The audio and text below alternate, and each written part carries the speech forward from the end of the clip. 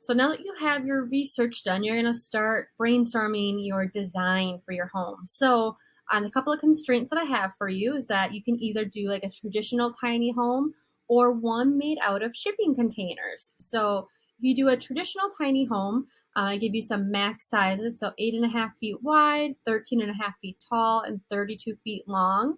You can decide if you want it to be like a permanent structure on like a concrete like slab, or if it's one that's on a trailer that can be moved, towed, all that, but making sure it still fits within rules, regulations for being towed around. Or if you want to try and design it out of shipping containers, that's kind of popular nowadays of people buying used shipping containers and transforming them.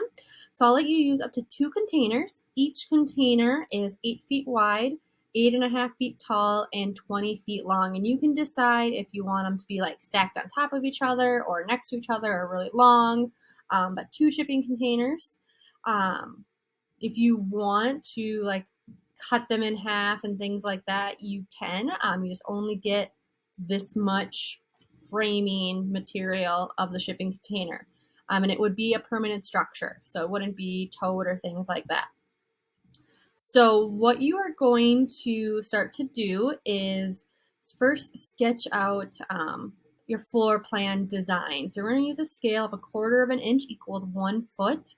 And I actually have in the front of my room where my rulers are a little green things that help you with scale, and then also doing like drying a refrigerator to scale or dishwasher or things like that. There are little symbols and things like that to help make like rectangles and circles to scale. So you'll want one of those. This link here will help give you some advice on how to draw a floor plan. So creating a hand-drawn tiny house floor plan. So it kind of walks through the steps. So it should be to scale and help you make it in Revit. So look through that. There is other things you might want to look at also in this tiny house tool website. Make sure you label the rooms so that when I look at them, I know like what's the living and dining, what's the kitchen area, what's the bathroom, where's your bedroom, and using appropriate symbols that would be like on a floor plan. So like this website has those types of symbols. So if I scroll down here, so like doors, what kind of door you're going to do is it's probably a lot of pocket doors for interior doors in a tiny home because there's not a lot of space for like a regular door. Window symbols, what kind of windows you want. Stairs, you're probably not going to have a full-on set of stairs. It'll be more like a ladder if you have like a loft. But it moves through like appliances, plumbing, so you can use this to help figure out all of those symbols. And you're going to turn in pictures of those floor plans, however many you need to figure it out. And then you're also going to want to come up with an idea of what you want the outside of your tiny home to look like. So you're going to do 2 different views. At least one of them should be like a 3D or perspective drawing.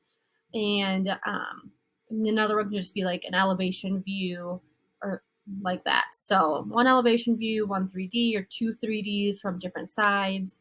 There are 2 videos here that'll help you on how to do a perspective drawing. So if you don't remember what that is like, or a little bit of practice with our sketching and drawing techniques.